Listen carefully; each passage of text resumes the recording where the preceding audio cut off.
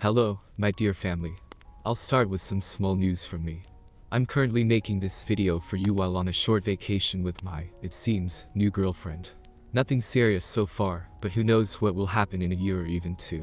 She is sweet and kind, so today I am warming up with her in an outdoor jacuzzi. Another piece of news, not so good, YouTube is starting to make claims about my videos, as you warned me. Therefore, at the end of the video, I will add a link to my additional channel, which I do not run very often. Subscribe to it if you don't want to lose me. Today I have a little story for you with a 10-year update. We will discuss it at the end of the video, but for now, let's begin. Warnings to the naive, the unwary and those who are too love-struck to make wise decisions. After 3 years of marriage, I began to take note of certain patterns of my loving wife's behaviors. I guess many husbands and wives do this. Now these were not behaviors that she was aware were irritating to me. Certainly they were not ones that she deliberately did to piss me off. She has consistently claimed that my observations, which became accusations later, were entirely untrue, and revealed flawed judgments on my part. I took it as her being entirely unaware of her holdover from her pampered childhood as an only child. There was no sibling rivalry in her past. She had had no competition for space, things or attention, and no need for any type of accommodations in her childhood home. For the first 2 years of our marriage, I silently endured these as I became increasingly aware. It seemed that these behaviors were increasing in number, type, frequency and irritating effect. When I finally began to point them out to her, at first she denied them. With my continuing reminders, she finally stopped denying them and took the tack that they meant nothing, and I shouldn't get all upset. In effect, she was telling me that I had to accommodate her, not her to me. Truthfully, some were not very upsetting to me. I took it as just her ways of doing life. However, over the past 2 years new ones began to show up. The effect of the old plus the new ways were grind at our relationship. She showed no overt concern for my feelings. Her frequent reply to my commenting about her seemingly uncaring, indifferent or demeaning behaviors. When something like this, I can't understand why you get all upset over nothing. Or just drop it. I've heard you tell me this before many times, and I'm getting tired of hearing you complain. When I would suggest that a slight adjustment in her behaviors or attitude would be an appropriate remedy, her replies became increasingly haughty, arrogant, belittling and irritating to me. How could I have failed to note these while we were dating or even early in our marriage? Was she changing, or was it only that I was becoming more aware of her idiosyncrasies? Why was my psyche being rubbed raw by these initially seemingly benign behaviors? I remembered my dad telling me again and again as a kid that I could never change anyone. The only person I could change was myself. I guess by that he meant I had to accommodate in some way. My wife seemed to be messaging me the same. She was not going to change, and it was my duty as husband to accommodate her. Let me give you a short litany of the things she did that irritated me. For instance, when she sat at a table to eat, her elbows spread out so that she took up almost 2 spaces. Rather than pull her elbows in next to her body, she just moved the chairs adjacent to her, farther away. This gave her more room and reduced the room others had. She would seek out the end of the table or the end seat at the side of the table, so she would have elbow room. If I had to sit next to her, she complained of my always interfering with her elbow. I'm quite sure this all came about as she never had anyone sitting next to her as she grew up. I, on the other hand, had older brothers and sisters to deal with, and they did not give up their elbow room. If I pushed them back at the dinner table, my mom would correct me verbally, or, if I refused, I got a whipping that adjusted my attitude in quick order. I learned to eat with my elbows tucked in tight to my torso. Being the well-bred young gentleman that I am, I always opened doors for women to enter first.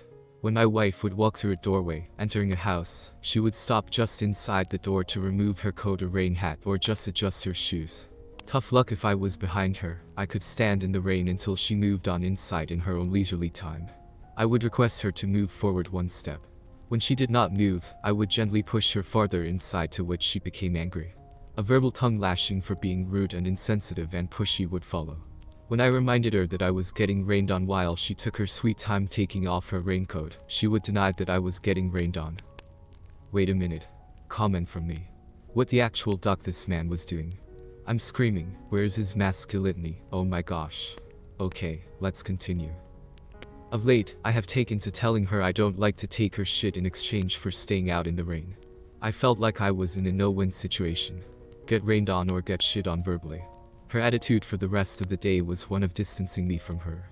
She says she doesn't like my attitude, and I counter that I don't like getting rained on by God's rain or her shitmouth. When we go out to eat, which is quite often as she doesn't do dishes happily, she sits at the nearest booth seat, which means I have to stand idly by while she seats herself. If we are taken to a table, I have given up trying to seat her as a man should help a lady with her chair. Instead, she chooses the chair nearest her and without looking around to see if anyone is behind her, like another patron or the waiter, she yanks out the chair and seats herself. That leaves me looking like an uncultured idiot. Another favorite of hers is to seat herself at the near end of the pew in church. This means that everyone else has to climb over her to get seated. Afterward, she complains how rude the usher is if he asks her to move toward the center. Anyone who climbs over her is likewise treated with a half smile, more of a scowl, and little if any movement of her knees to make their entry easier. She must have grown up learning that other people exist just to please her as her parents had. She never had to learn to share anything like toys or clothes. As a result, she keeps all her old clothing rather than giving it away. She has the largest walk-in closet we could afford in the modest house we finally built after savings for the first 2 years. This closet will never be big enough to fit her, and she complains as to how she needs 2 closets, one for winter and one for summer. When I asked her why she didn't ask for 4 closets, one for each season, she looked a little bewildered and said, "That's the only good idea you have had this year." Little by little, I have begun to realize that unconsciously she sees me as the person who is to dedicate myself to pleasing her. My needs or desires simply do not count much, if any, with her. My life was becoming something like this. Her desires are needs and my needs are just desires. Has it always been that way, or is it that I'm just now noticing how demeaning it is? How it grates on me? I met her in college. She was truthful in saying the only reason she came to college was to find a husband who would spend his lifetime taking care of her. Now I was not only naive, but love-struck, as she was very beautiful in a demure sort of way. She was somewhat shy, which appealed to me. After we were married, her shyness with me left with the dawn of the first day. Her body was beautiful, but she never dressed to show her cleavage or beautiful hips. Other than some closed-mouth kissing, her body was off limits to me until we are married. As I studied psychology in college, along with the pre-medical sciences I was taking, I gradually began to listen to how she constructed her sentences. Began to listen to the inflections and tones of her speech to me. She was always super polite to others, but over the past 2 years I felt like I was being treated like trash. This was always in private. She never demeaned me in public. I was glad for that, at least. When speaking to me privately, she never used words like, "Please" or "I would you like to." She addressed her needs as simply, "John, you should or must do this or that." Now I didn't mind doing most of what she requested, but I increasingly hated not being asked and just being told what to do. I would have done it anyway, like helping around the house or checking her car's tires for air pressure. But to be told I should do this rather than suggesting I do it kept on grating. If I didn't get it done right away, including dropping whatever I was doing and go do her will, then she would tell me I should not forget it, and keep telling me until I couldn't stand it anymore and gave in for the sake of shutting her mouth temporarily. She was passive in bed at best. She told me that a good wife allows her husband to have sex with his wife, but that doesn't mean she has to actively participate. I have yet to believe she has had a real orgasm. If I really try to get her hot by romantic foreplay, she calls it off and tells me to get with it.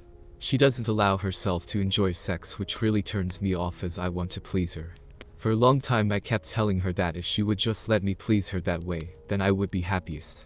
From this I found out that my trying to please myself by bringing her off was not on her agenda. My pleasure was not what life was all about to her, even if it brought her pleasure. She was not going to experiment with nasty sex. She had been taught that she was dirty between her legs, and sex was a nasty thing that men liked and married women were supposed to endure. Wait for a second. Something is off. Do you feel it? I have never experienced this with any women I had.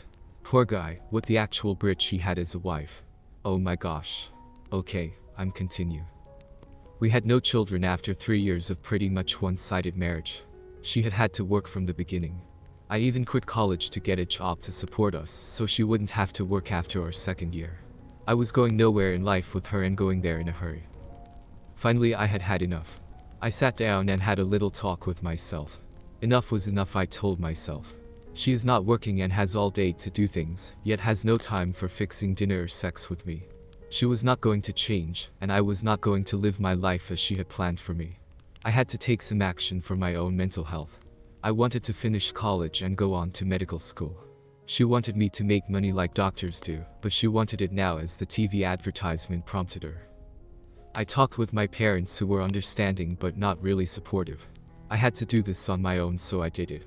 I set up a separate bank account with only my name on it, but left our old joint account open. I got her a separate credit card under the guise of better service by changing cards. Our joint credit accounts were closed. I got my own credit card also. I deeded the house to her.